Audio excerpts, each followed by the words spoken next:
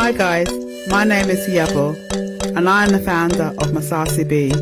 If you're looking for unique African-inspired clothing and accessories, please check out my brand.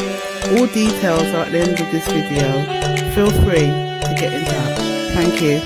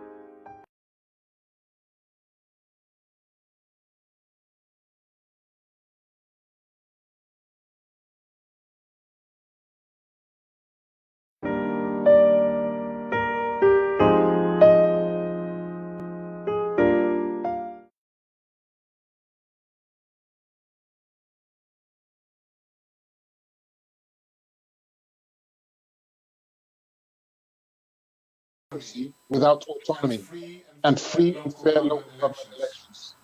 My guest today. Good evening, sir. Good evening, Femi. Good evening, everybody. We also have Chief Oloye OWOPELE SHONOWO. Good evening, sir. Good evening, Good evening, Mr. Femi Oke. And the name finally, is Oloye OWOPELE SHONOWO. Thank you, OWOPELE SHONOWO. Apologies for my accent. The final guest we have today is Miss ADEOYE SAIDAT ADEOYE. Good evening, SAIDAT. Good evening, Mr. Femi. Fantastic. Nice having you here. Fantastic. Good. So we're going to start by discussing democracy in local governments, followed by local autonomy, with particular reference to local politics, and we'll finish with some current affairs. So my first question will go to ADEOYE OBANLEOWO. Mr. OBANLEOWO, without local government autonomy, free and fair elections, there is no true democracy in Nigeria. Whose fault is this? Yes, good evening, everybody. And thank you, Femi, for having me on the show once again. Without free and fair elections, there is no autonomy. Did I get your question quite right? That's correct. Without free and fair elections and local government autonomy, there's no true democracy in Nigeria. And then whose fault is that? I absolutely agree with you on that. They see the last program we had. I think we dwelled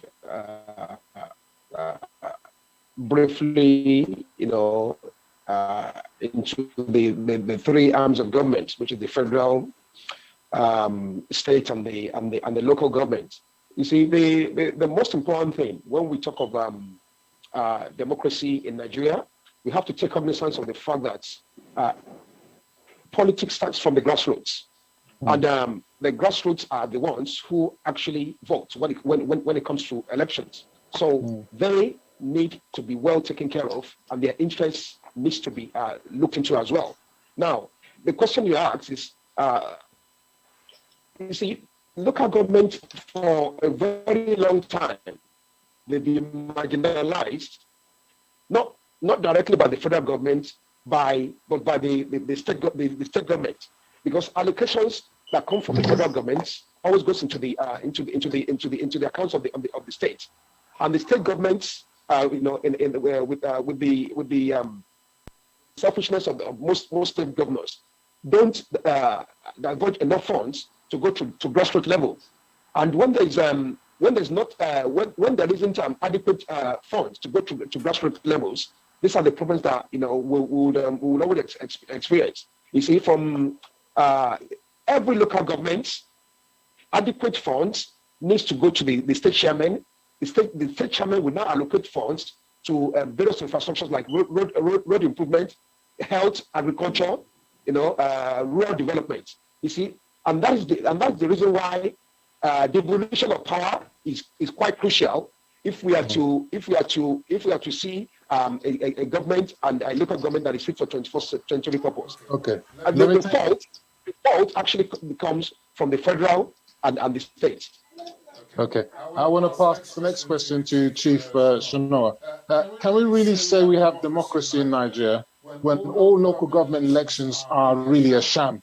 You have a situation, Chief, where in every local government at the moment now, when there's an election, the ruling government at the center of the state gets 100% of the votes.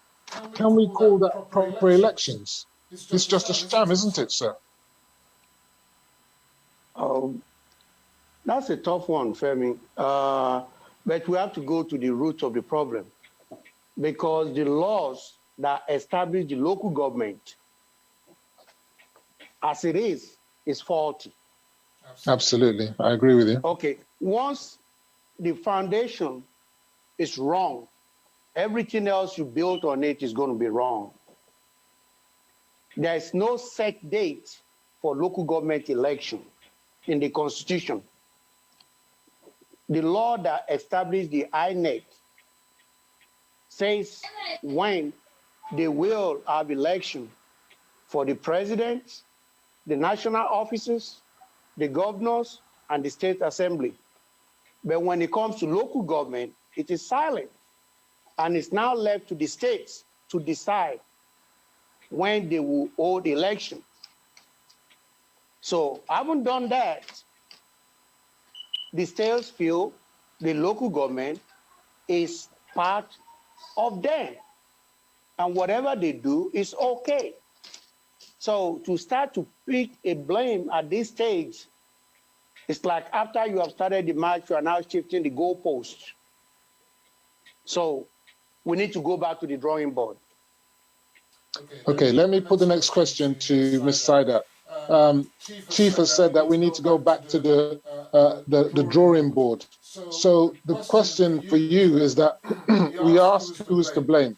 But if we have to go back to the drawing board, that means we need to have legislators. That's their job, to make laws to fix the constitution. You've been in local politics for a while in Lagos and Ogun State. How do you think we can remedy the problem that we have at local government level? What do you think our legislators can do? SAIDAT, can you hear me? Hello, SAIDAT. It looks like we're having problems with SAIDAT. Let me put that back to Mr. OBANLEOWO. Chief has said that the problem is with the laws as they stand. And yes, the laws actually, if I'm correct, the laws established in the local governments are in chapter 8, Schedule 4 of the Constitution, which lists the functions of the local governments. Now, we're always talking about restructuring. This is not time for reform of local government laws. Yeah. I think I agree wholeheartedly with the submission of Chief earlier on. You see, when you see a particular form of government as subservient, and you think you can just treat them the way as you please. I mean, as Chief rightly said, and I concur 100% to his own connotations.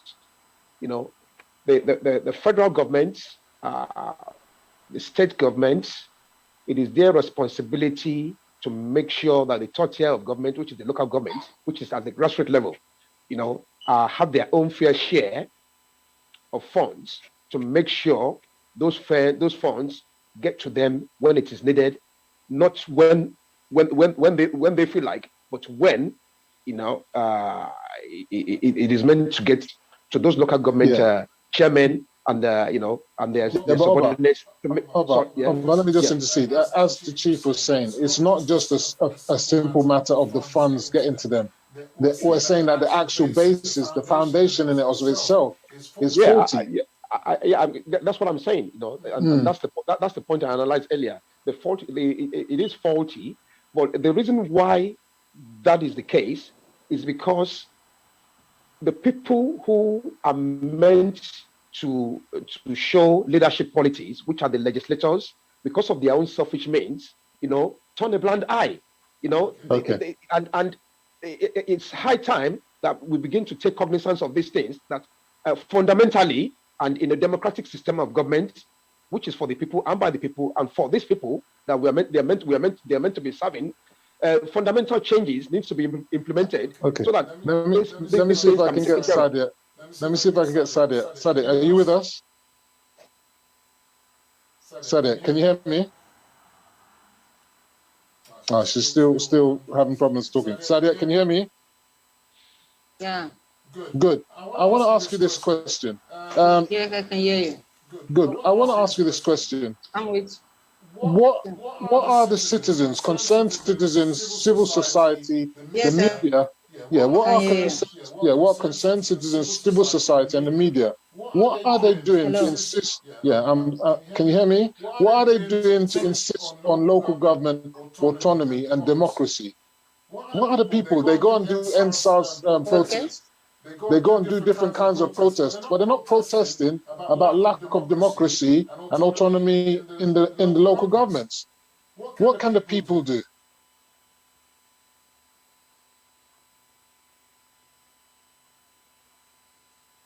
It seems we have problems with the internet from Nigeria. Chief, can you answer that question, sir? Okay. Okay. Go ahead. See, the question you're asking is faulty in itself, because you're asking the people to demand for something that is not in the Constitution. So when you do that, people see you as being non-conforming. And if that happens, they don't look at you as you're trying to follow the rule of law, so to speak. Okay? Like I said, the goalpost has already been set and the game has begun. Yes, Constitution can be amended, but who are those who are going to amend the Constitution? The same people that wants to be governor. The governor of the state, as we have it, is the overall lord of the state.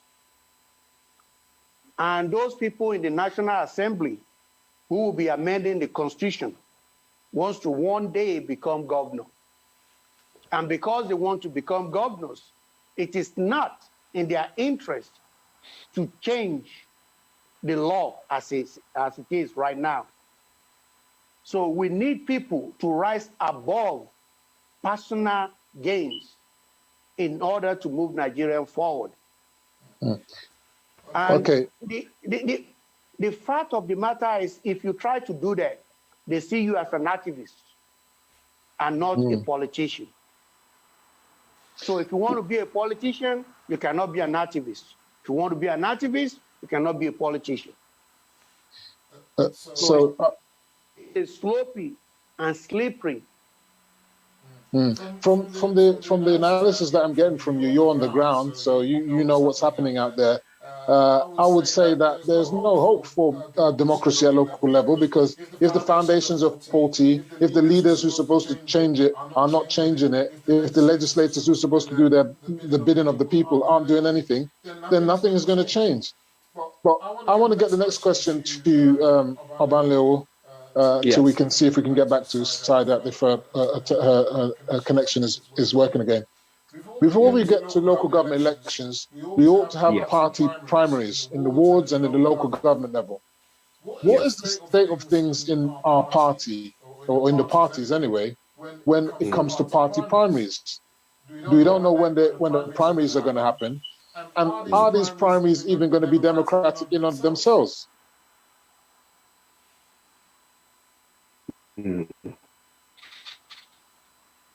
Femi, thank you for that very, very important question.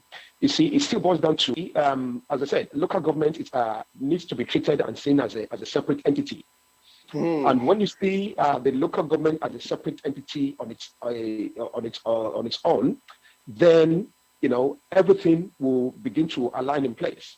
Now, if you look at the sequence of events, in the last 8 to 12 years, especially when it comes to elections, you would see that most of these governors, rather than conducting elections, they've had caretaker committees, putting local chairmen, local government secretaries in place on a temporary basis. Okay, that is not what the Constitution says. The minimum period of time that these people are allowed to be in office is just a period of 3 months. 3 months, then you conduct elections. Now, back to your question, which is, back to your question, they have primaries, but are they choosing the right people, to conduct elections? I wouldn't really say categorically that the system being adopted is fair, because rather than putting forward local people with local knowledge who are willing to serve their communities wholeheartedly and diligently, what they are doing is, nepotism and favoritism has been the order of the day, when they're just selecting people who will be in positions and be able to dance to their tune. So it is not about party politics. PDP does it, and APC does it. So it's not something that is synonymous with just one political party. All these particular political parties are known to put their own people in place, so that these are the kind of people they want there, and the people who will be able to dance to their tunes, the yes men, as we call them. And that has been the epitome of the problems we are having at local government level. And now with the sequence of events that is happening in we State now, with ABIODUN coming up with a new resolution whereby he's inaugurated a committee to conduct these elections, I think that's a bold step in the right direction. And I think from now on, that should begin to transcend to other states and other local governments across the whole 774 local governments we have in Nigeria. Okay, let me put this to the Chief, SHONOWO. We say that you're on the ground and you're likely to be taking part in the local government elections coming in Ogun State. Are the primaries for the APC, because I believe you're an APC party member, are they going to be direct primaries, or are we going to have undemocratic indirect primaries and selection by godfathers or the governor instead of popular mandate? What do you think is going to happen? What I think is going to happen, Femi, is of no consequence.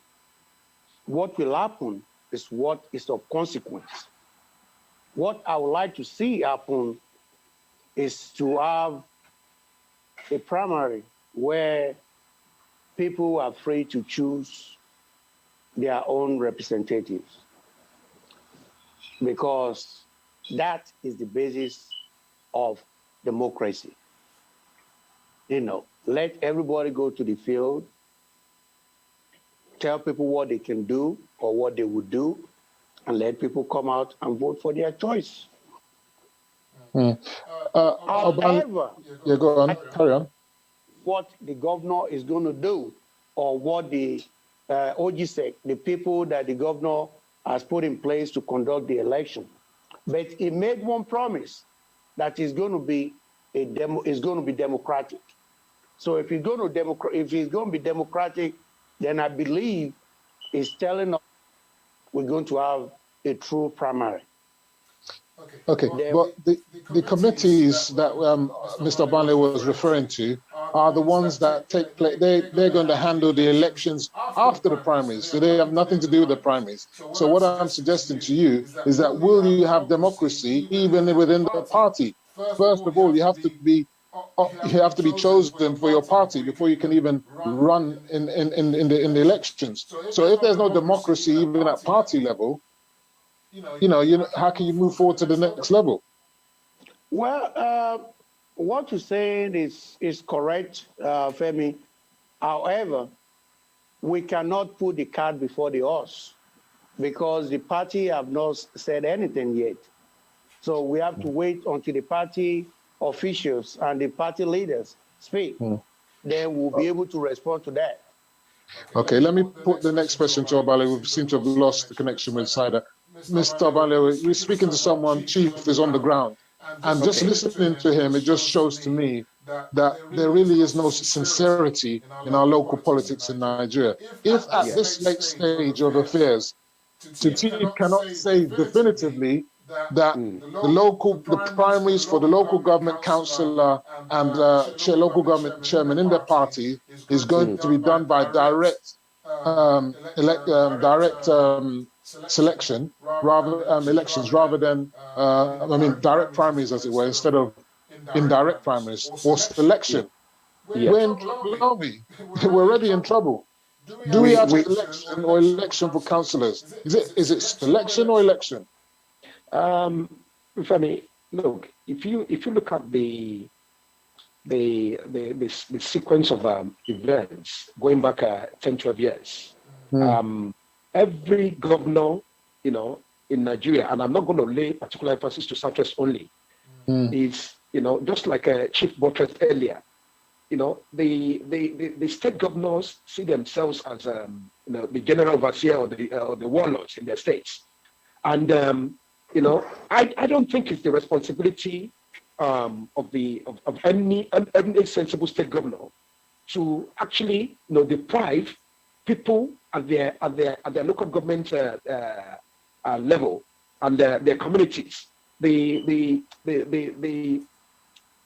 urgency that they desperately need, which is improvement in the quality of lives in all ramifications, in all phases of life. Now, selection has been the issue that has been more prevalent in recent years. Now, I made a point earlier that why do these governors find it extremely difficult to conduct elections? Why do we always have to have caretaker chairman in these positions, for considerable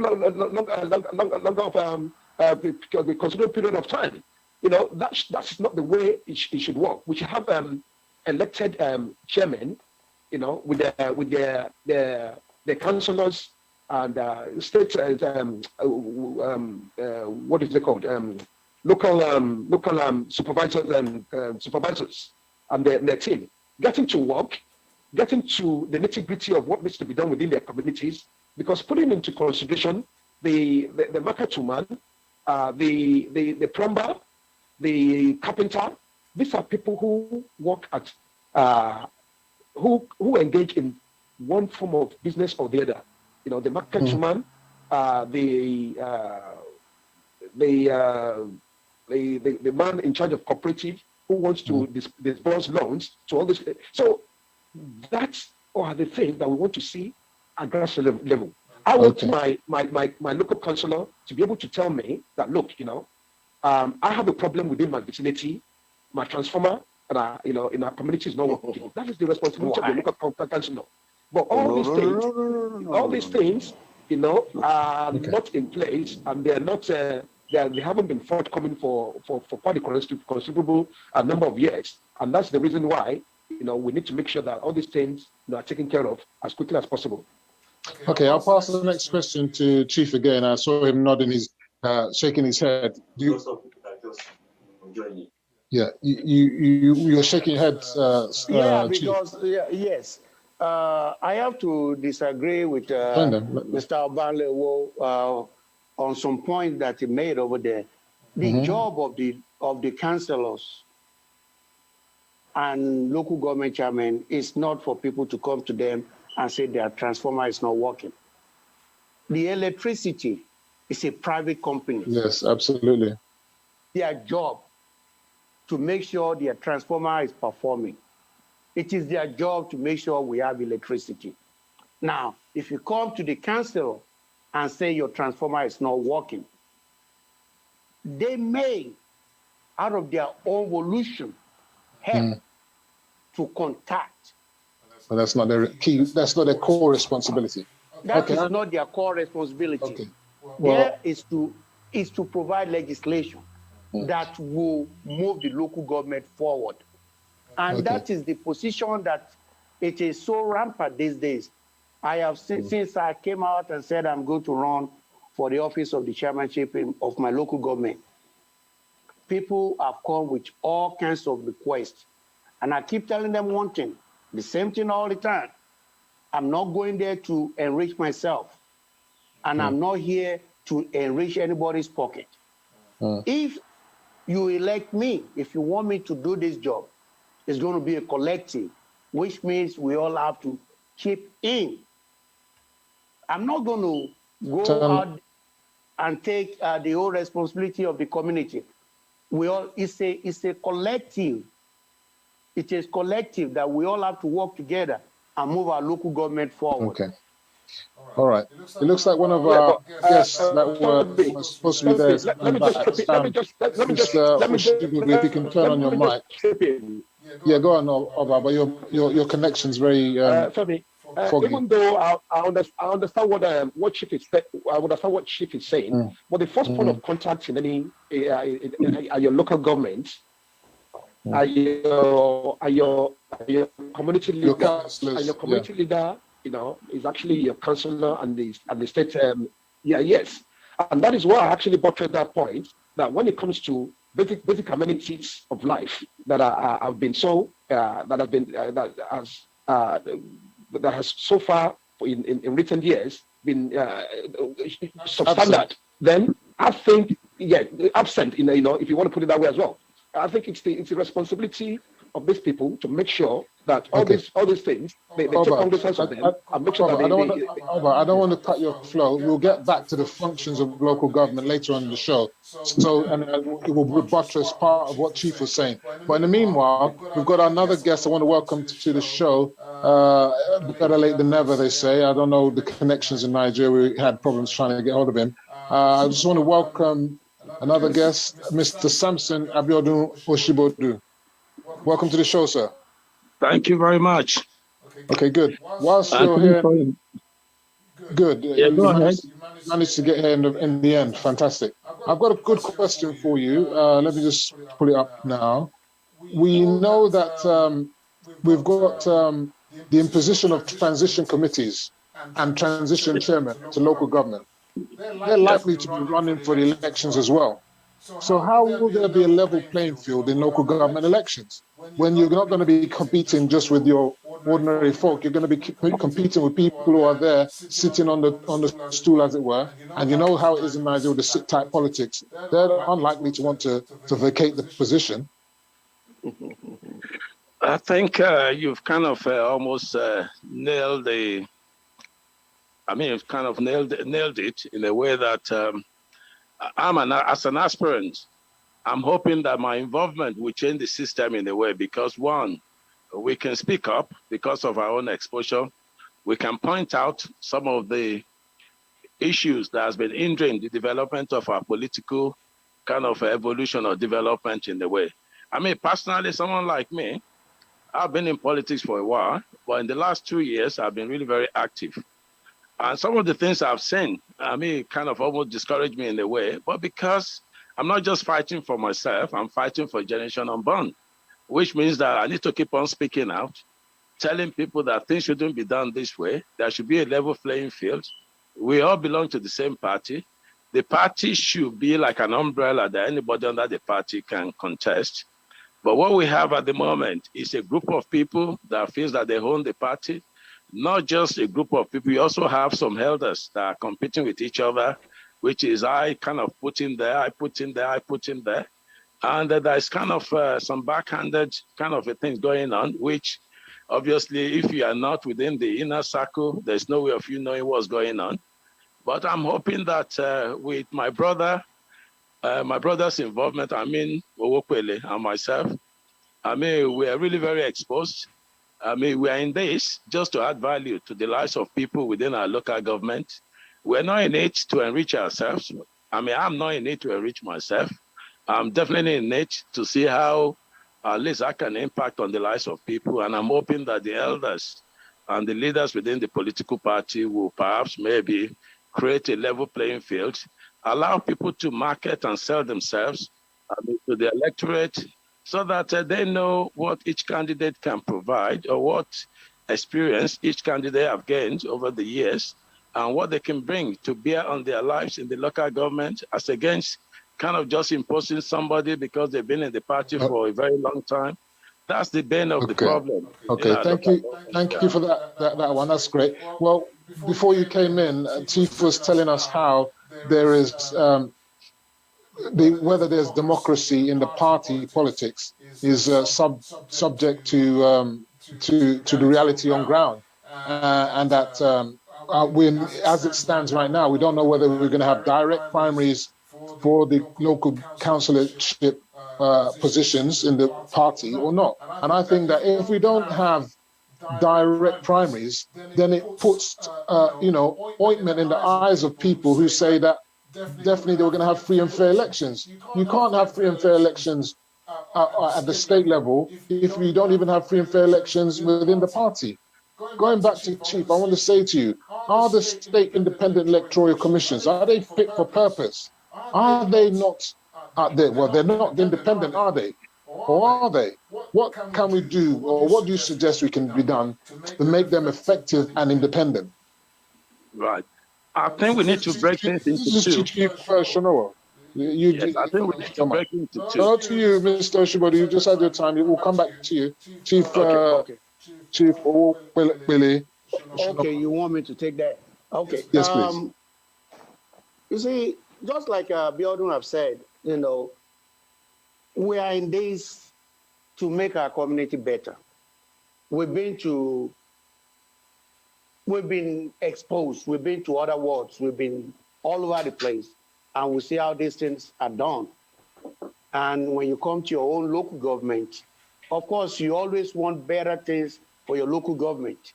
But reality always kick you in the butt, because sometimes when you're talking to some people, it's like you're speaking foreign language to them. They don't understand freedom. And that's the honest truth. They do not understand it. However,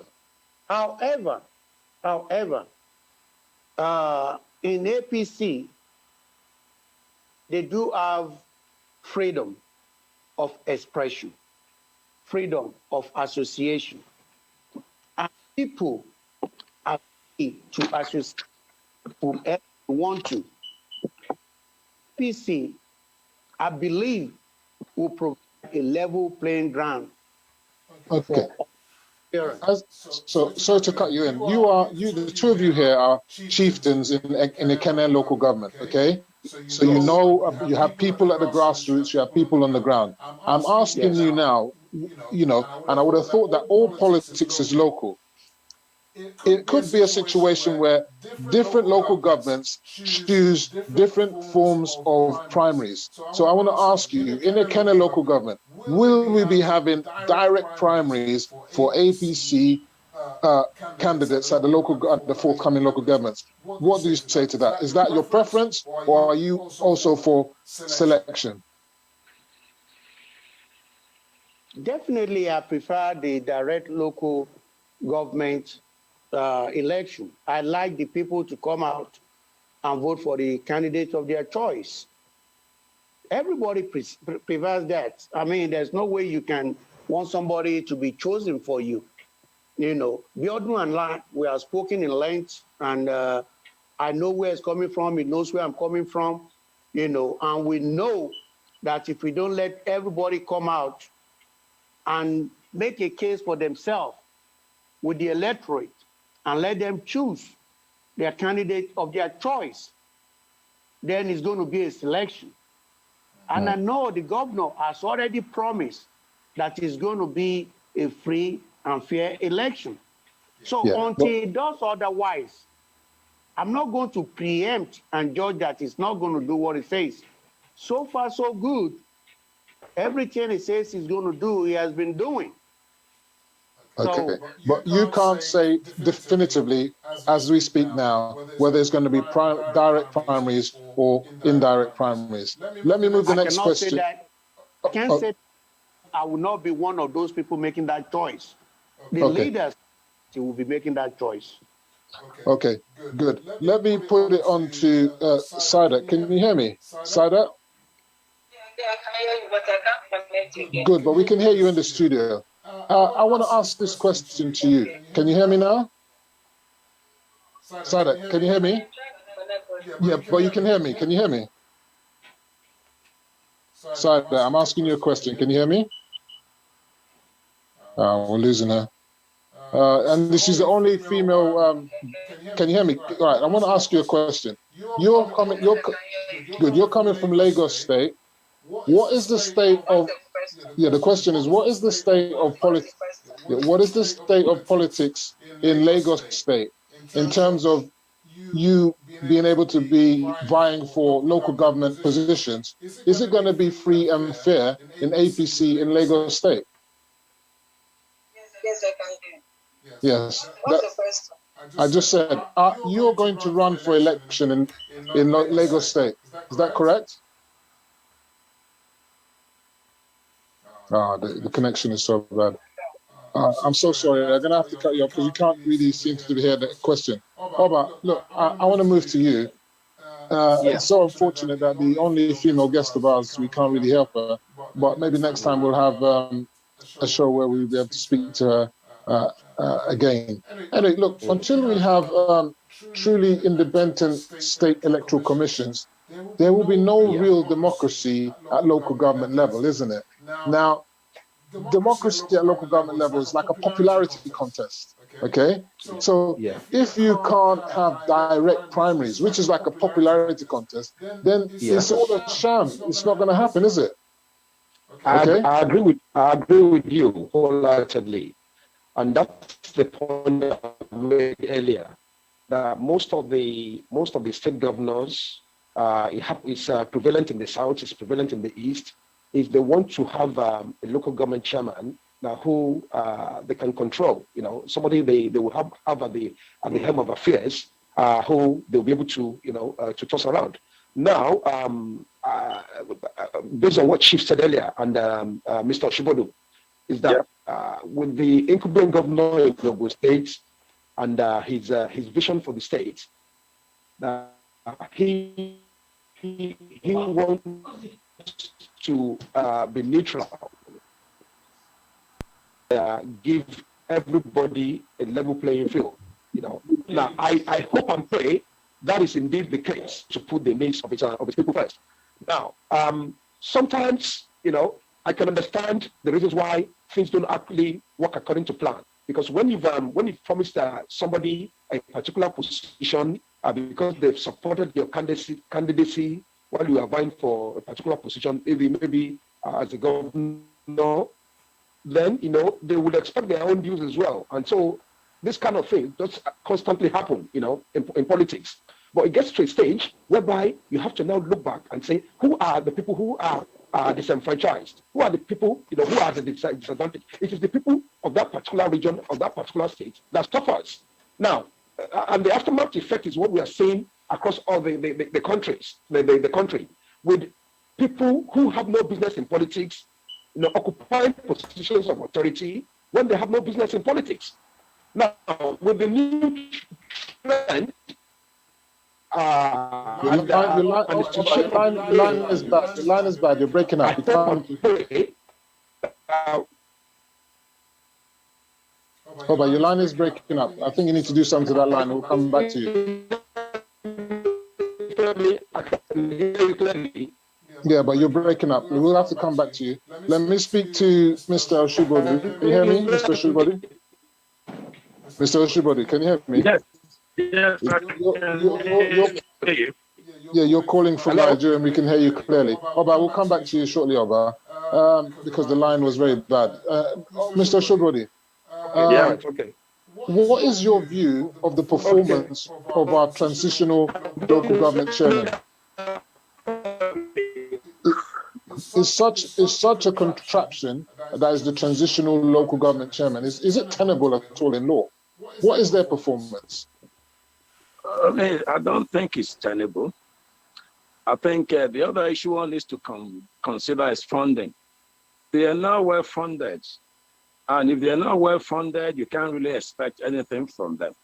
For me, I view it as a job for the sorry. boys. Can I cut in here? We have this cry of not being funded over and over again, even at state level, where you have states are not viable. Do you understand? So if we have 774 local governments and they're crying that about funding, then they're not viable, isn't it? What is the point of having so many local governments? They're not viable. I think they can be viable. And that's the reason why you need to put people there, people that can really go out and look at different ways of generating resources and income for the local government. The people we have there now, they all relied on money coming from the state. They are not really looking at different ways of generating resources for the local government. I mean, I did a lot of research and I realized if elected, not that I want to campaign, that I've got at least minimum of about 72 different ways of generating income for local government, ranging from everything that we do. I mean, every aspect of our lives, there are opportunities there where local government can generate some money. I mean, for example, there is something we call the food hygiene, certificate, which is very, very prominent in England. We don't have it here. Most of our food sellers don't even know what food hygiene is all about. So from there, you can raise some money. There's so many beer parlors in every corner of the town. None of them is paying anything at all, right? They could be off an unlicensed. This was prominent when I was young. My dad was an hotelier. I was going to help my dad pay for the license, which is a yearly license. That's another way of generating money. There's so many ways of generating money. But those people, they're not really capable of thinking straight, looking at different ways of generating money for the local government. As a result, they rely on the handouts coming. And that's what's actually causing the failings within the local authority as we speak. Right? So that needs to change in a way. They need to have a target of where to go and look for how to generate money to kind of implement and support development of their local government, not just rely on what's coming from the state.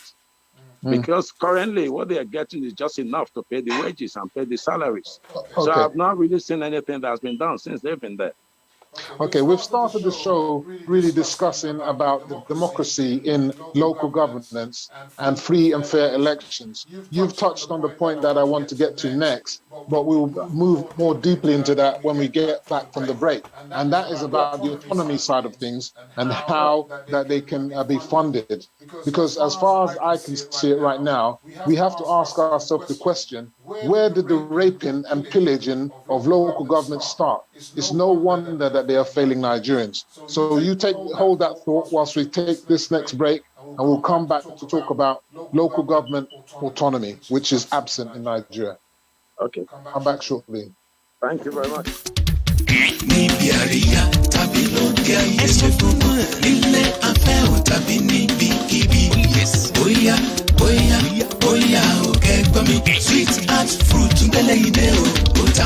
Wow! Here is a good information for everybody. Love the rich taste of fruit in different forms at your parties, event, church program, or social engagement like wedding, birthday, conference in your house, and lots more. Fruit cocktails, fruit arrangement, fruit palm tree, smoothie, fruit basket decoration, fruit kebab, and lots more at Sweet Art Fruit Company. Bẹ́ẹ̀ni, ní gbogbo ibi tí a bá ti ń ṣe àríyá, ìgbéyàwó, ọjọ́ ìbí, àjọ̀dún ilé ìjọsìn, níbi afẹ́ tàbí ibi ìgbádùn àti bẹ́ẹ̀ bẹ́ẹ̀ lọ, ẹ kàn sí Sweet Art Fruit ní èyíkéyìí ohun tí ẹ bá fẹ́ kí wọ́n fi fruit dálára fún yín bíi fruit cocktail, fruit arrangement, fruit palm tree, smoothie, fruit basket decoration àti bẹ́ẹ̀ bẹ́ẹ̀ lọ. Níbikíbi tí ẹ bá wà, ẹ lè kàn sí wa lórí ẹ̀rọ ìbánisọ̀rọ̀ yìí 079-442-78530 or follow us on Facebook, Twitter, Instagram, and all social media platforms at Sweet Art Fruit. Oluwaseun Akishoun is the CEO of Sweet Art Fruit. Patronize us at Sweet Art Fruit today. You will be glad you business with us.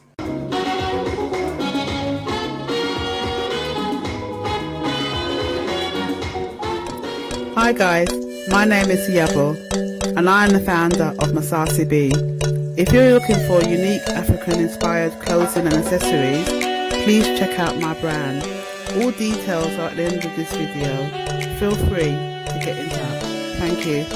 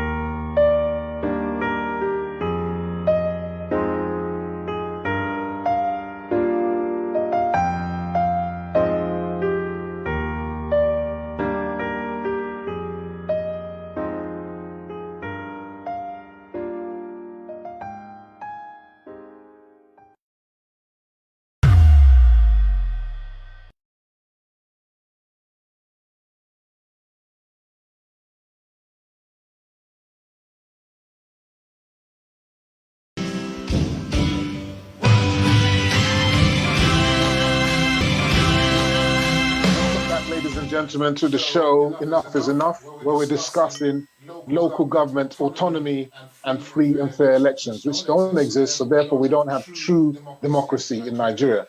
I have SAIDAT back on the line. I know we've had difficulty getting hold of her, but you're here now. I know that you're looking to contest for elections in Lagos State. SAIDAT, I want to ask you, how is that going? Oh my God. This is so bad. She was just with us.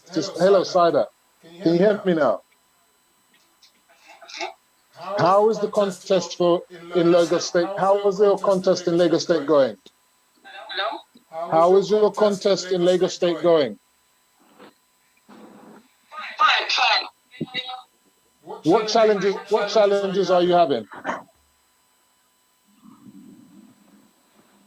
In Nigeria nowadays, particularly if we were to talk of democracy as per the definition of democracy, which is the government of people by the people for the people.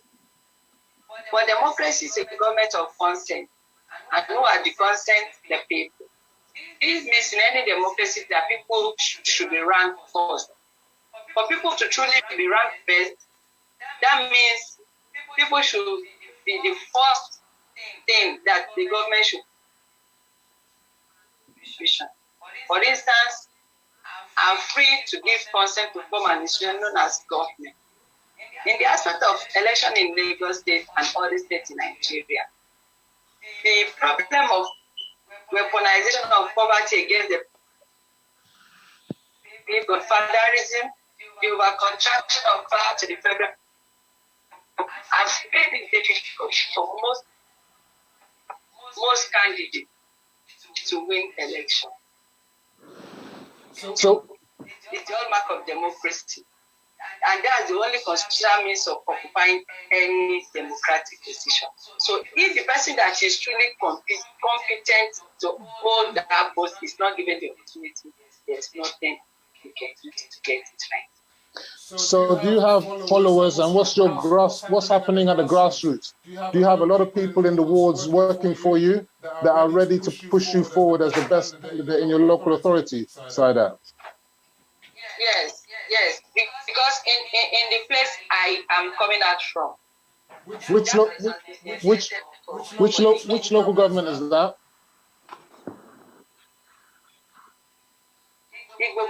Local government. Okay, so are you going to be running for councillor in that local government? Because those who are I want to start from the grassroots so that I'll be able to reach to my people because my people have been neglected. Okay, we wish you every luck on this journey of yours, and we wish you every success. Thank you for being with us. We'll come back to you. Yeah, go on. Yeah, we'll come back to you shortly, SAIDAT, whilst we speak to other guests and carry on with the show. So hold on, but we wish you luck in the meanwhile. Best of luck in your challenges. Right, guys, we want to get back to the question now of autonomy. Mr. Oshibodu left the show previously talking about the fact that local government is not functioning because of finances. And I'm saying to you that when we look at the Constitution, and I'm just going to pull it up now, we've got Chapter 8, Schedule 4, which lists the functions of local councils.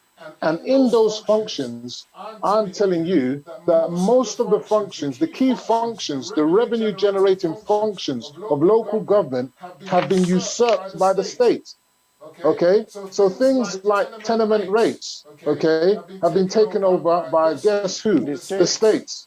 Licensing, the states. Billboards and advertisements. It's in the Constitution. It's supposed to be done by the local government. Slaughterhouses, motor parks, public markets and conveniences, construction of roads and maintenance of roads and streets, street lighting. Mr. Obanleowo was mentioning the fact that if the transformer is not working in his area, then you could be talking about street lights. That is the responsibility of the local government. You have other things. There are the naming of roads, street naming is a responsibility in the Constitution of the Federal Republic of Nigeria, 1999, for local governments. Why is it that we have states that have taken over that responsibility, in my eyes, illegally, because it's anti-constitutional, and yet those in local government, those on the ground, the people are silent and say nothing about it? What do you say to that, Chief or Shonowo? Well, thank you so much. You have listed all those things. Well, some of them, not all of them. There's still... there's loads. I could go on forever. Yes, registration of births and deaths. We talk about a country where there's no data. The registration of all births and deaths and marriages, responsibility of the local government. Outdoor advertising and hoarding, responsibility of the local government. We saw the chaos that happened in 2019 when there was problems with billboards advertising for parties and rogues and whatever. And apparently they're saying they weren't given licensing to have, the boards up. Whereas it's the responsibility of local governments, not the state. Chief, I was hearing you. Sorry, I cut in. Well, thank you. It's okay. The problem, like I've laid out, is the foundation. The foundation is wrong. And like Mr. OBANLEOWO have said, when the state government, which is not particular to any state in particular, have allocated all the powers to himself, so they do and undo. They have their stooges there as the chairman of the local government. The councillors belongs to the governor. The supervisors were chosen by the party leaders. So nothing is done in Nigeria as it is right now by the local government. They were done by the stooges. So who is going to challenge somebody that has put you there as the chairman of the local government? Are you going to now challenge your boss, who is the governor, that why are you trespassing on my turf? They're not going to do it, and it is hard for any of them to do. And if they try to do it, I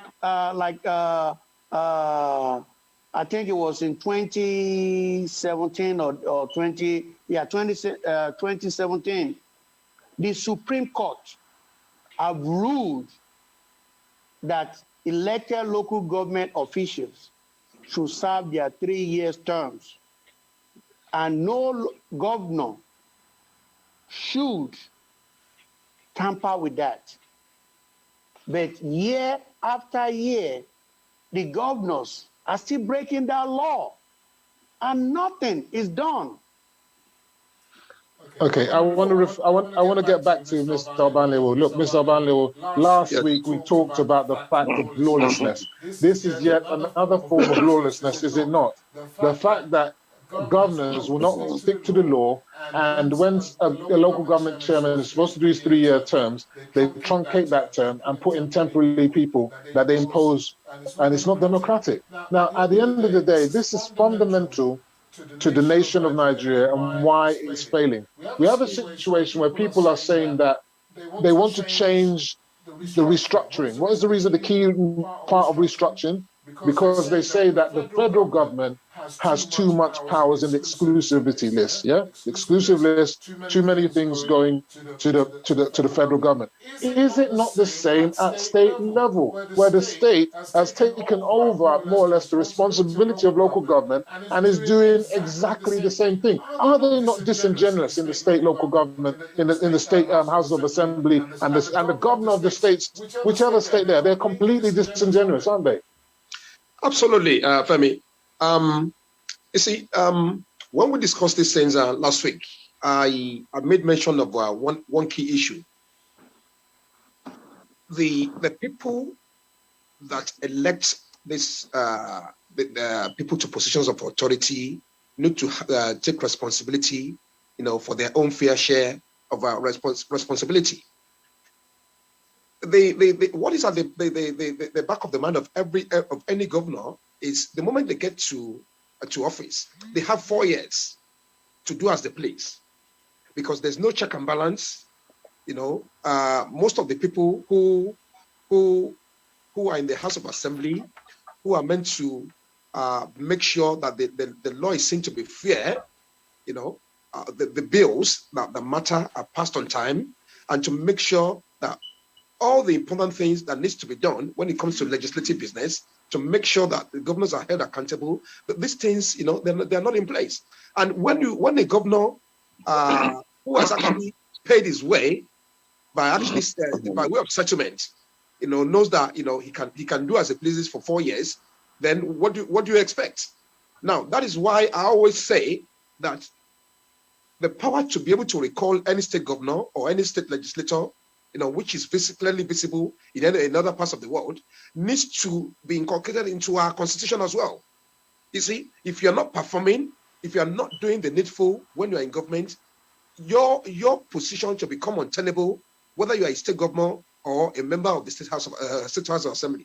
And when we have these things being implemented carefully and meticulously, then people will begin to have a different perspective about how government should be run at both state level and local government level. Before I get back to Mr. Oshibodu, Oban, last week we talked, and I keep saying it, the role of the citizens, the role of the media concerned citizens. If they are silent, they're not acting, they're not speaking out. They sit down and they complain in their backyards, oh, the government is not doing this, the government is not doing that. Yet something like local government autonomy and local government is the key to their salvation. It is the key to the salvation of Nigeria. Forget about the states. Forget about Oduduwa Republic and all these other republics. If you don't sort out the local governments, nothing's going to happen in Nigeria. Whether you have a different republic, it will still be the same. So I talk about the responsibility of citizens and the media. this topic, I mean, to be honest with you, when I first looked at local government discussion, I didn't really see it as that deep a subject. But having gone and researched the Constitution and looked deeply into it, this is the fundamental building block of Nigeria. And the fact that it's been dealt with kid gloves is why we are failing as a nation. Mr. Oshibodu, I want to ask you this question. Are the accounts of, look, because you're talking about you're going to get in there and you're going to solve the finances, you know, avenues that are not being dealt with now that you can bring to the fore that will allow the local governments to be successful. Are the accounts of local governments transparent? Are local governments accountable at all? Is the funding of local governments, why is it so much shrouded in so much secrecy? Is it yet another avenue for Igunje from the stinking, corrupt executives, governors, and the politicians? I put this to you. Mind you, as we answer these questions, I dare say your answers may have an impact on your electability, especially with the godfathers, but go ahead. I think I'm going to be very careful answering that question. I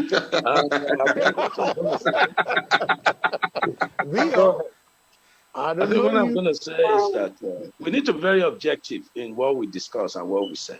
We know that the local governments are not generating enough for them to embark on any capital project.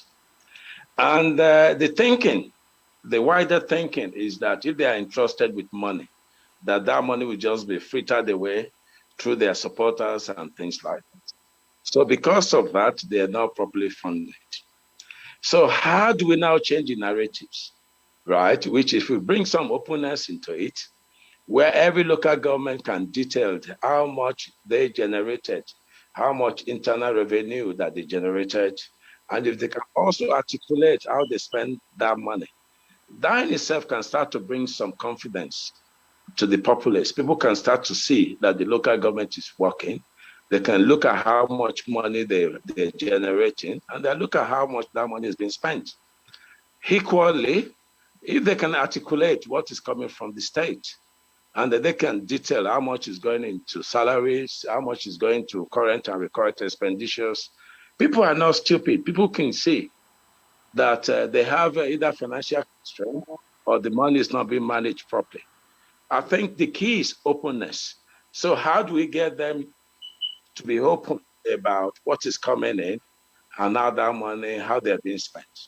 That is the real problem. Because then that also goes back to issues of imposition. Because you need to know the power of some of our leaders. And also we need to know the drive of the followers as well. Because some followers who want to do very well in politics will deliberately corrupt our leaders and put them in a precarious position where they have no any other alternative than to support that person, or put that person in a place where they know that person hasn't got the real ability, right, to perform, or the real life experience to perform in that position. That has been the failings all along. And also, my brother OWOPELE did touch on this before, that the foundation was really very wrong. And basically my own way of looking at things is somebody needs to come in and mop off all these issues and try and put a system there that is workable, system that can be passed on from one regime to another regime. And that's part of the continuous reforms. And I'm not saying that this is not going to come in and mess it all up again, but at least we must start to do the right thing. We must start to articulate the role of the local government. We must start to kind of give meaning to the reason why people are elected. So for me, that's the way of looking at it. Okay, good. I like the fact that you said that you kind of got a rationality behind why certain legislations were made to simplify, as it were, and to curtail corruption at local government levels, and that's why state have taken certain things over.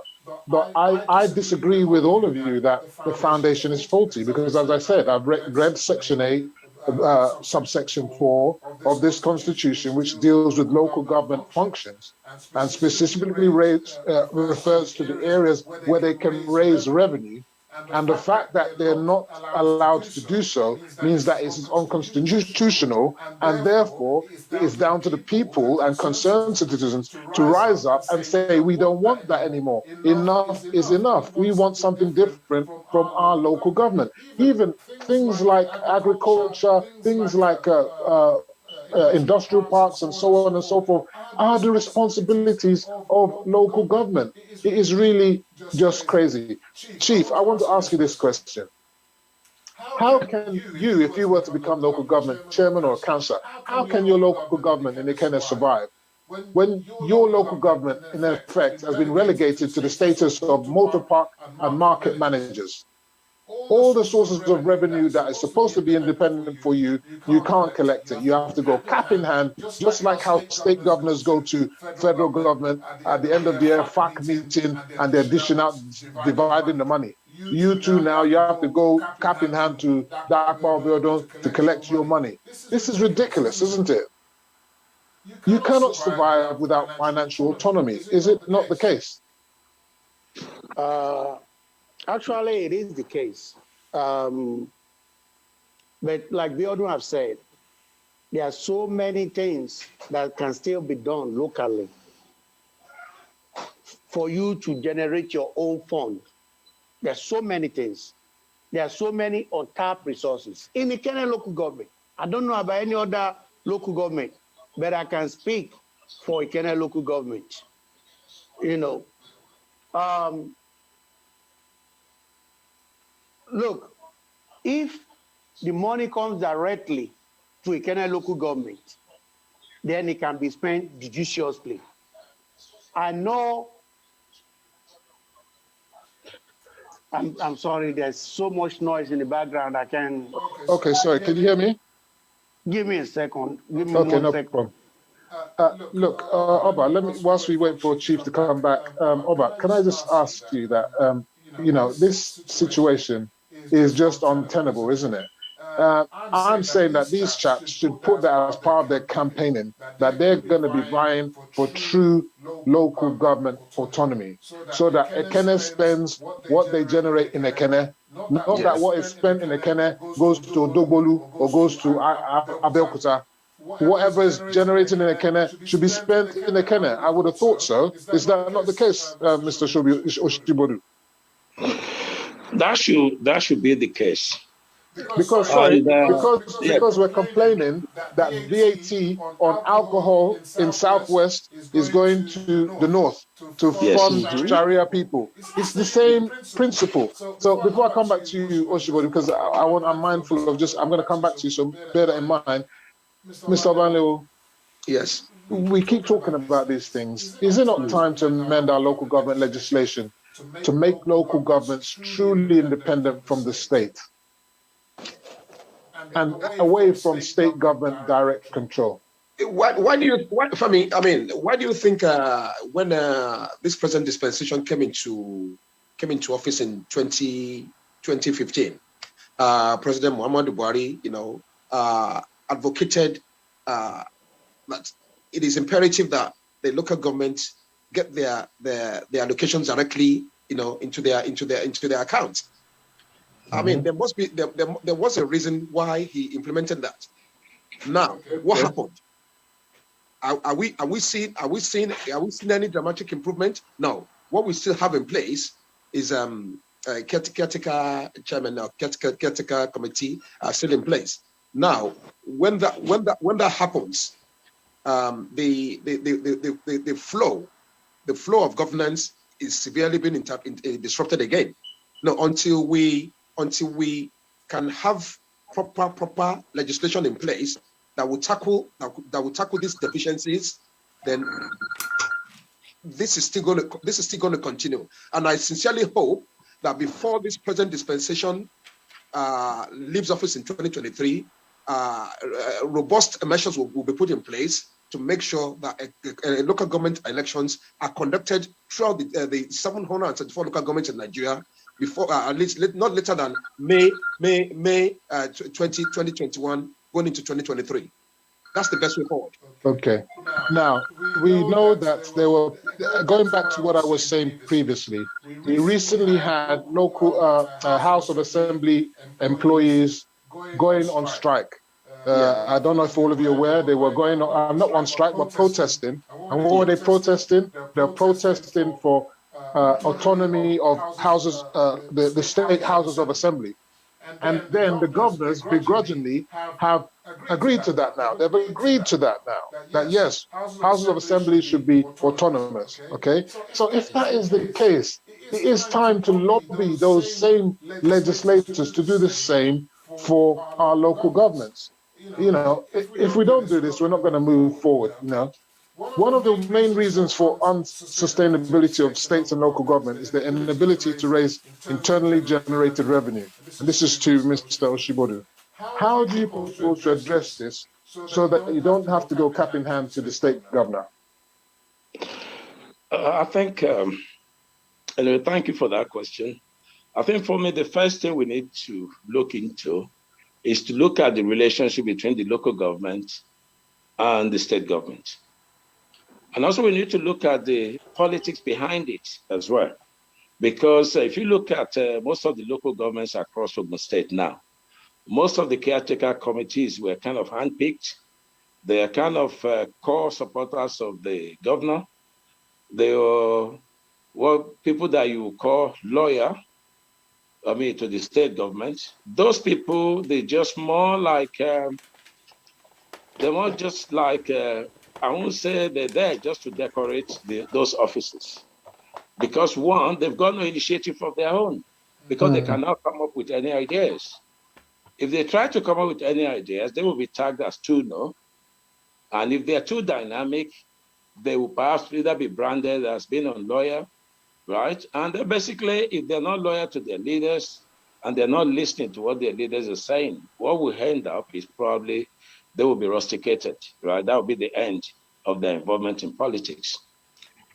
Not until when we start to change that, where people feel that politics is safe, there's some kind of equity in it, there's avenues where I can channel my grievances, where my issues can be heard without any form of impartiality. But if you go to the governors, if you go to the leaders, right, there's some kind of fraternity there, right, which obviously you're never going to get any form of justice if you do that. Not until when we address some of those core issues, right, which are kind of underneath. I don't see how local government can become real autonomy, to be honest, right? So let me ask Saidat. Saidat, can you hear me? Yeah, look, so answer this question, Saidat. You are also vying for position, yeah? Now, the politics in Nigeria is dominated by sycophants, you know? Yes sir people. And they celebrate this lawlessness. Is our politics about relevance or about principles? Is it true, Saidat, I'm asking you this question, that you cannot get victory at any elections, local government elections, without the support of political godfathers? Is that true?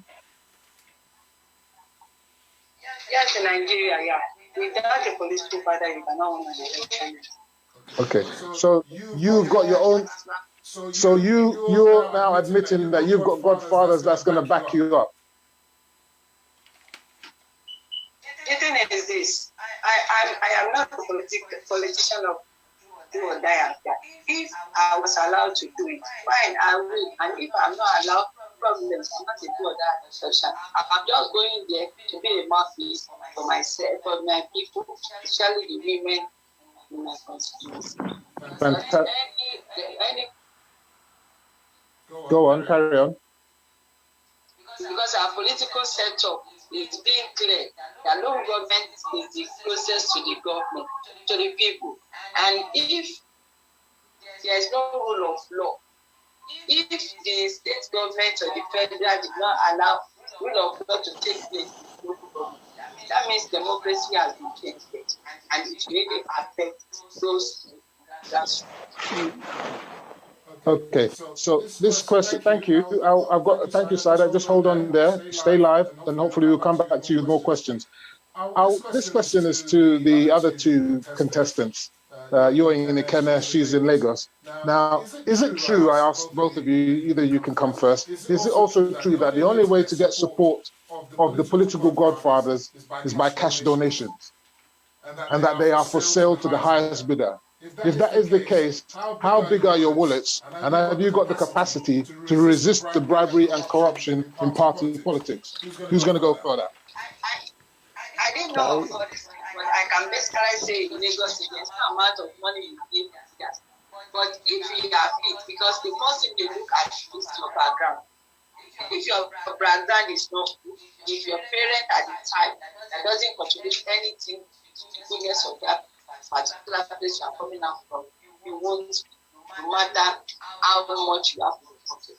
Okay. But in Lagos State, there's no amount of money you give leaders that what they want from you is integrity. If the integrity is not there and your pocket is full, just for the labors. Fantastic. Okay, hold on, SAIDAT. Hold on, SAIDAT. So that's the answer from SAIDAT in Lagos. I want to know about Ogun State. Who wants to know that one? Who's going to go? Well, I'll take that. I'll take that. Look, it's not about how big your pocket is or about you buying the leader.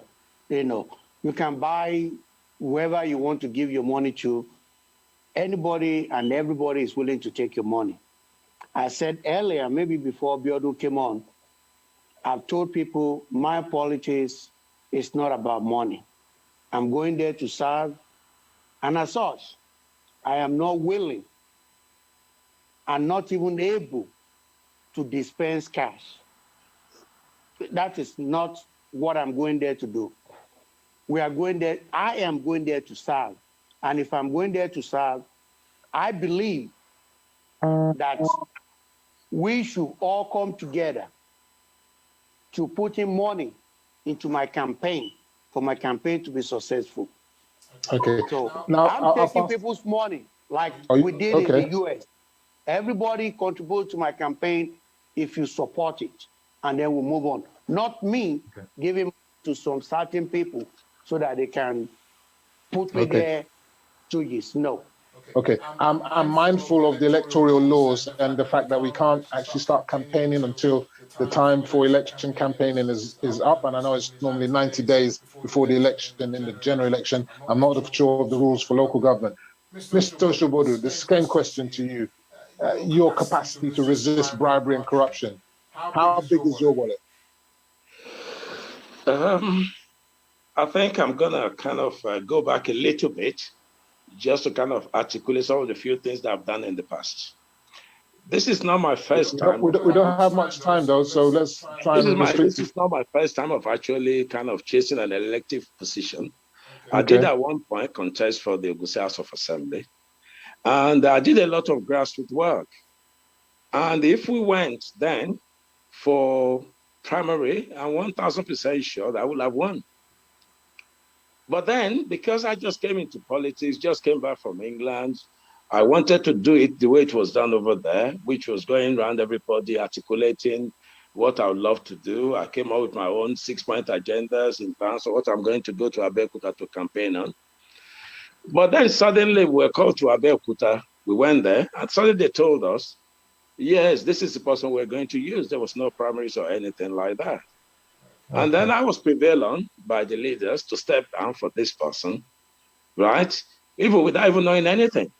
So obviously I was told that if you want to stay in politics, you've got to support the leaders, you've got to support the elders.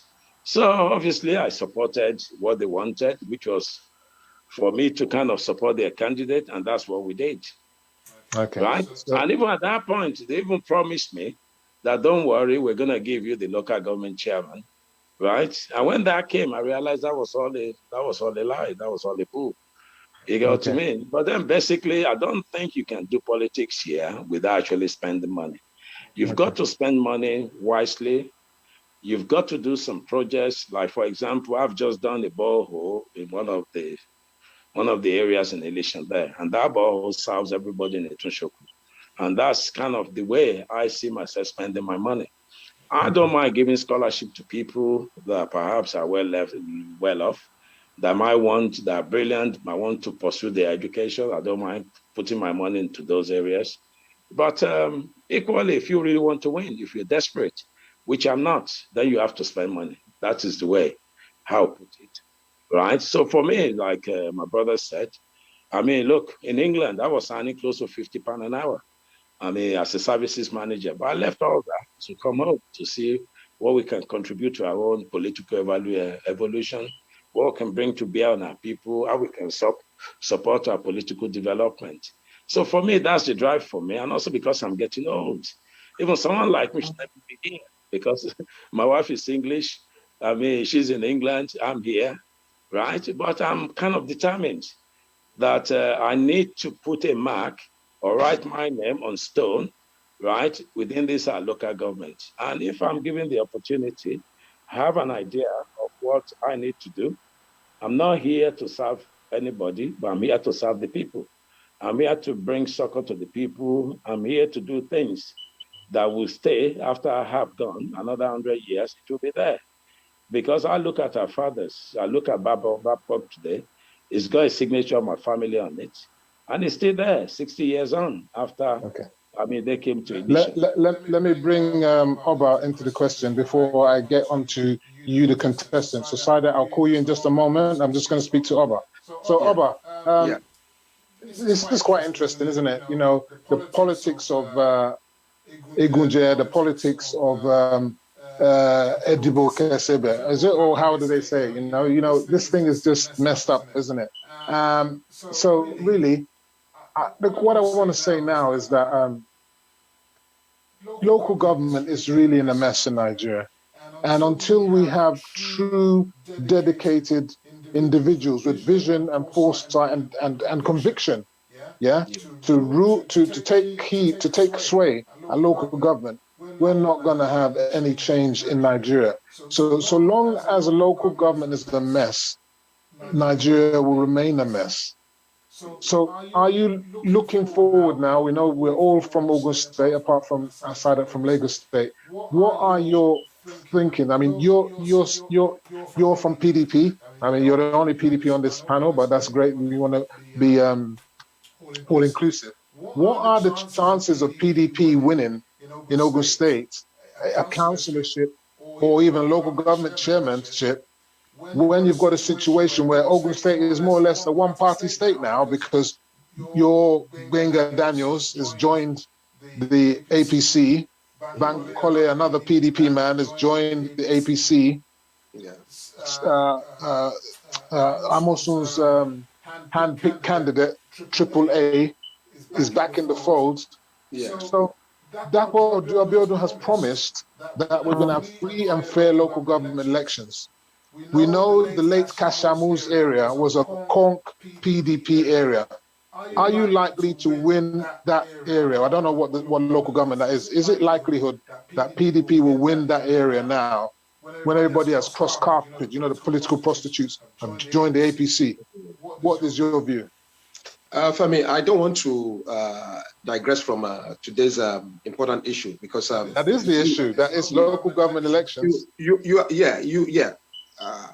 and I know what transpired within my party in Ogun State with the issues concerning Kashamu and the late Kashamu, and Baba Jabu's son. You know, I don't want to dwell too much on that, but you know, well, I want to discuss now moving forward. Yeah, I want to discuss. I don't want to discuss people. I want to discuss issues. Okay. Now, the most important thing is we need to be sincere. Where there is no sincerity of purpose and sincerity of heart, most of the things we've been discussing in the last 1 hour are the kind of things that will keep reoccurring over and over again.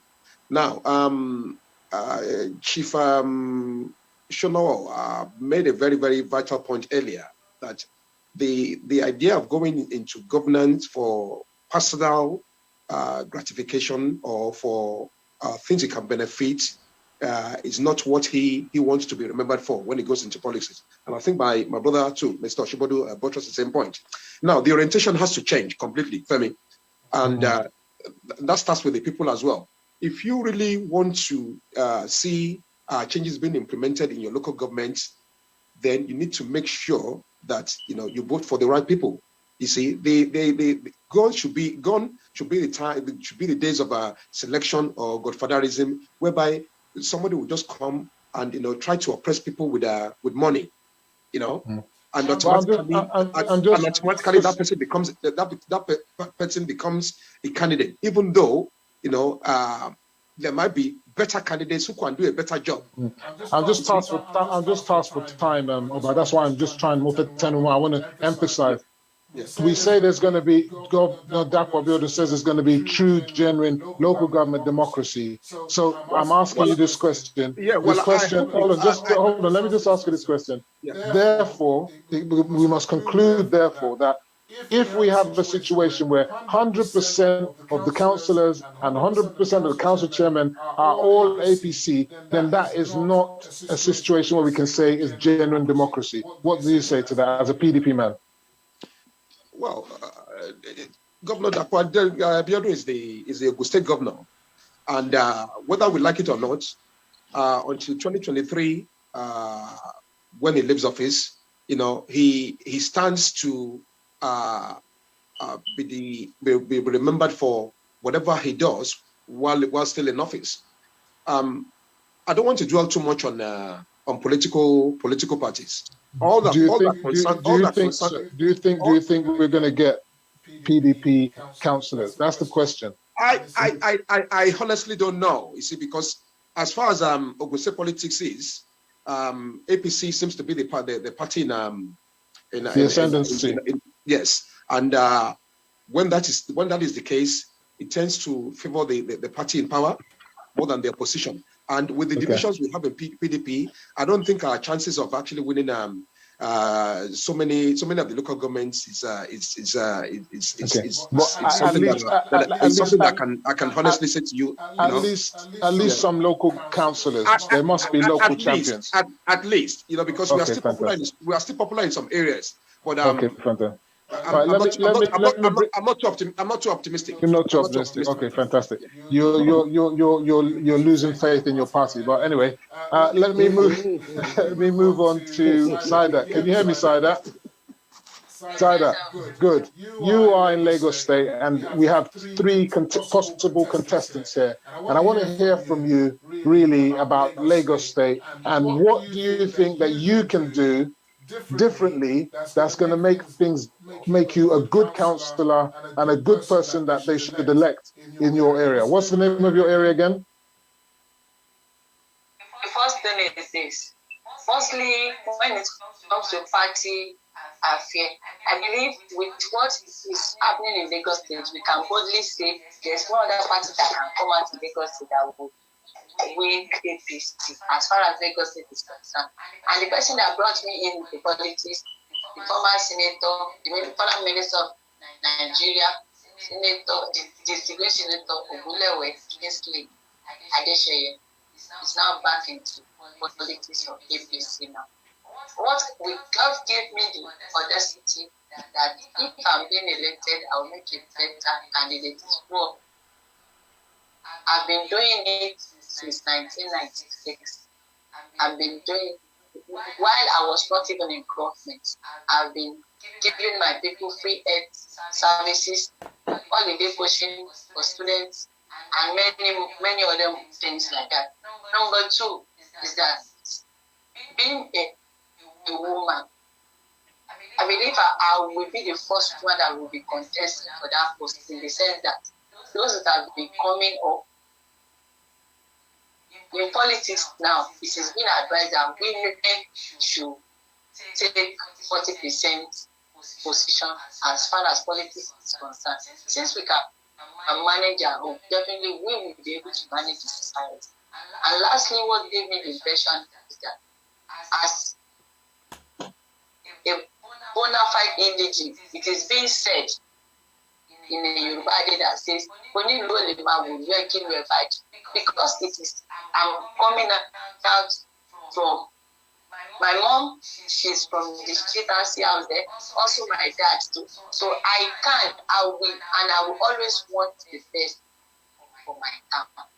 Fantastic. Well done. I'm grateful to you to say that. And we wish you every success in your campaign.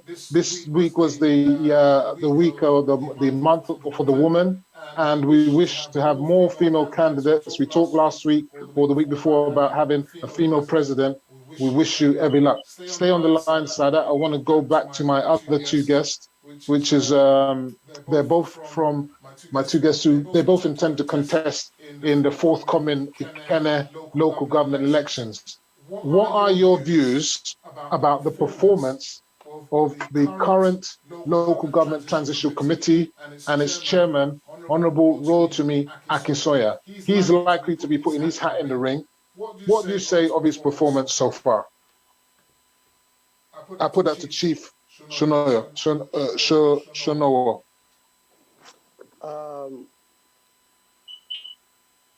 Rotimi have done the best that he could with what he has. I cannot say it's done excellently.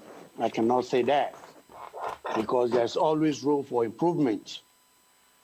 You know, but I cannot talk about Rotimi, but I can talk about his performance. You know, not Rotimi the person, but Rotimi the chairman. My impression of what the chairman has done, I've been impressed with him because I didn't know him and he didn't know me. The first time I called him and he picked my call and I told him we needed some help in election on blah, blah, blah, blah, blah. And he said, give me a couple of days and I will look into it. And then he called me back. Let me say he came through with my request, what I wanted done for the town. Sometime last year, they just opened maybe 5 shops in Elation. We have a new market that has been in dormant. It's been in dormancy since the 90s because of some trouble in the town. Well, the new market is almost near completion. And we're about to open it. And they're going to start trading there. Well, all this is happening under Rotimi chairmanship. So in essence, you say he's doing a good job. He's doing a good job with what he has to work with. Okay. All right. So he's doing a good job with what he has to work with. Okay, fantastic. I want to put the next question to Mr. Oshibodu. Look, you've heard from Chief, another competitor, that the sitting transitional chairman is doing a good job. You're competing for his position, just like the Chief, Shonowo. Ikene local government lies between Remo North and Shagamu local governments in Ogun State. What are the plus points of the Ikene local government, and what would you do differently as local government chairman? Mr. Oshibodu. I think, looking at the Ikene local government, it's sandwiched between 2 other local governments. And luckily, we've got the beauty of the new cargo airport that is coming. And also we've got the Babcock University there. The economy of the town has perhaps maybe shot up in the last 10 years. Within Elation now, a flat goes for about 240,000 just to get a 2-bedroom flat. A 3-bedroom flat in Elation is topping over 300,000. So there's been some significance. There's been some marked improvement in the economy of the town. What will you do differently? What I would do differently is this. I think one needs to kind of perhaps articulate some of the needs of the town. And for you to do that, you need to perhaps maybe have some kind of empirical research that tells you some of the things that are failing, some of the things that are lacking within the town. Personally, education is a very big thing for me. That is obviously lacking within the town. Majority of our youth are into Yahoo within the town. And the local government are kind of almost toothless and powerless and able to stimulate these kids. There are no youth centers where these kids can meet, perhaps share their own ideas.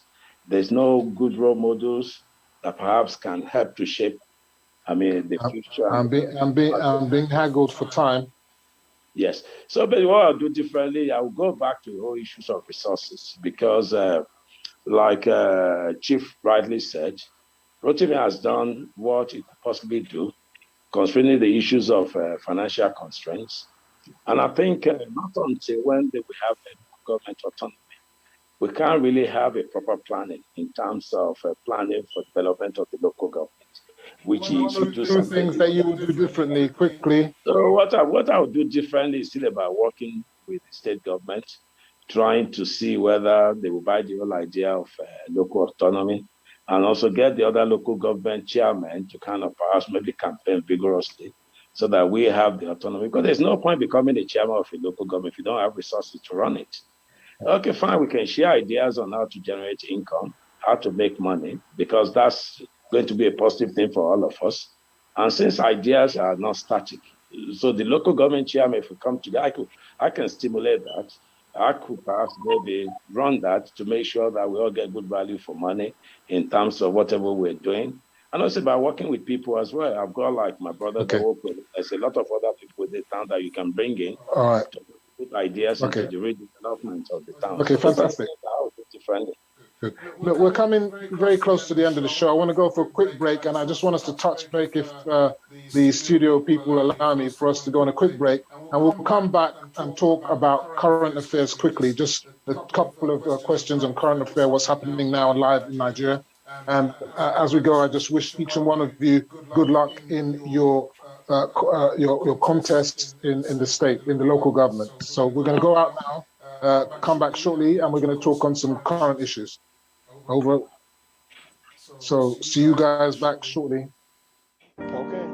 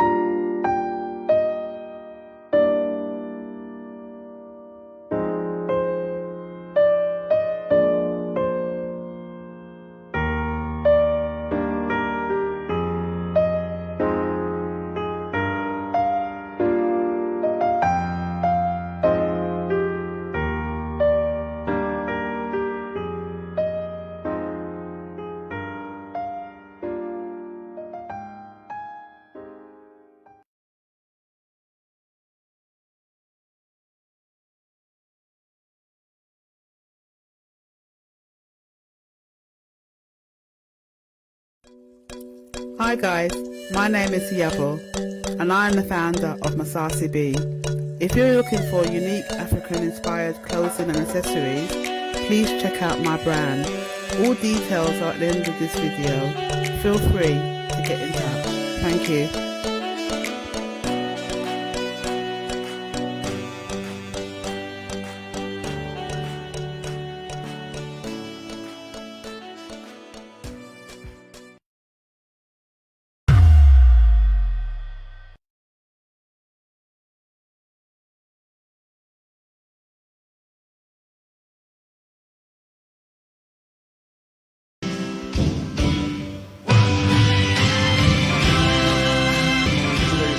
Enough is enough. SORO SOKE.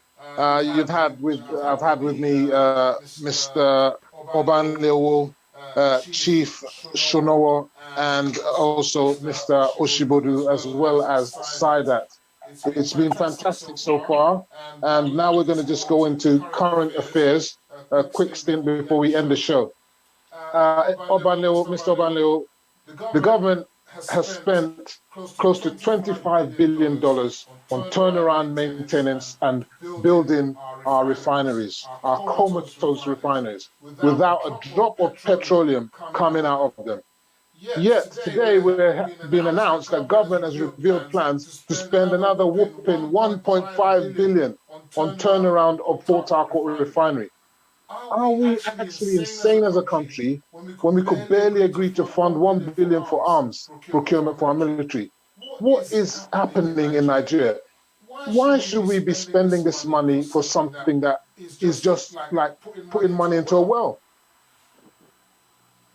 Isn't it better for them to sell this thing than to keep spending bad money, good money after bad stuff? I mean, it still boils down to bad decisions and bad leadership. You see, all these investments, which could have gone into better projects, in terms of enhancing the quality of life of our citizens. Most of the refineries that we have in Nigeria, are no longer productive, and they're not really serving their purpose. Now, what the government really needs to be doing is sell off all these refineries and invest in agriculture, invest in health,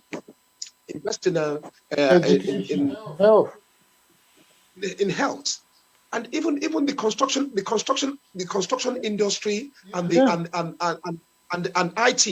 It's two key areas that I think the government needs to look into. Okay, 30-40 years ago, a lot of people were saying Dubai, was a desert. But look at the wealth of investment in Dubai of today.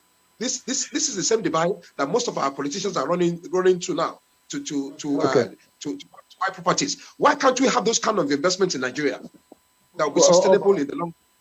Yeah, Mr. OBANLEOWO, I don't want to blame play party politics, as it were, but don't you think it was a big mistake of the Yar'Adua PDP government to resist the selling of the NNPC that was already put together by the Obasanjo government? Wasn't that a big mistake? Are we not regretting it now? I look, you see, whichever way we look at it, a lot of people are actually going to look at it with mixed feelings anyway. Would it have been a good idea to sell? How many billions have we spent since then, and it's still failing? It was a monumental mistake. We must admit that now. Yeah, but I agree that it was a monumental mistake, but I look at it. If Yar'Adua was alive to have been in a position to finish his tenure, would Nigeria be in a better place? Nobody knows, and that's why I said earlier. Those refineries would never have been any better. As we move on, let me move on to another question. I'll put this one to SAIDAT. SAIDAT, are you there? You can hear me? Yeah, I can hear Good. You've heard the recent reports that ICPC, they have arrested the ex-JAM registrar, Dibu Ojeride. He's from Igbo. Yeah, he's from Igboho in Oyo State. Following investigation, Igboho, that's where he's from, in Oyo State, and this is following investigations over alleged 900 million naira fraud, you might as well call it $1 billion naira. And he's soon to be arraigned before the courts. Corruption is at the heart of what is devastating Nigeria. It's devastating the local government, the states, the federal. This was a man that people were touting as being a great guy. He generated so much money for JAM. But look at this. What do you say to this? How are we going to stamp corruption inside that? How are we going to stamp corruption in Nigeria? Mr. Superman, I can only tell you that those in government before, PDP, APC, the level of people that have been ruling us since independence are those that have been ruling us up to now. What is happening in Nigeria is a fledgling democracy. Democracy that is not matured, that is not developed, that is not even ready to change. Until we get it right, in the sense that we should not mind the position anybody is handling in Nigeria when a particular law is being positioned, because the constitution we are using is just a written constitution, it's not being adhered to. It is when we get it right. The time we get it right is when we don't look at where you come from, the position you are handling in Nigeria, or whose father or whose mother bore you. That it is an offense to carry AK-47. It is an offense to siphon the money that is being made for the country. It is an offense to be a cyber crime and all other offenses like that. When offenses is being when somebody is being handled for an offense committed, and at the end of the day is being bailed out, and after that he will get a lawyer. The lawyer will defend. Some will say some of the lawyers say what the person did is good. Some will say it's not good. Some will say the person is justifiable. But if after being taken to court and realize that these offenses that is being leveled against, he actually does that, and he go through on this, he go through deserved punishment without mindful of the position he's going to. I think there is sanction. Thank you for that answer, SAIDAT. That's great, because as you say, we've had the likes of Kalu, we've had the likes of he's not a relative, I don't believe he's a relative, is Oke, the former head of NSA, or is NSA or whatever it is. He's absconded, we don't know where he is.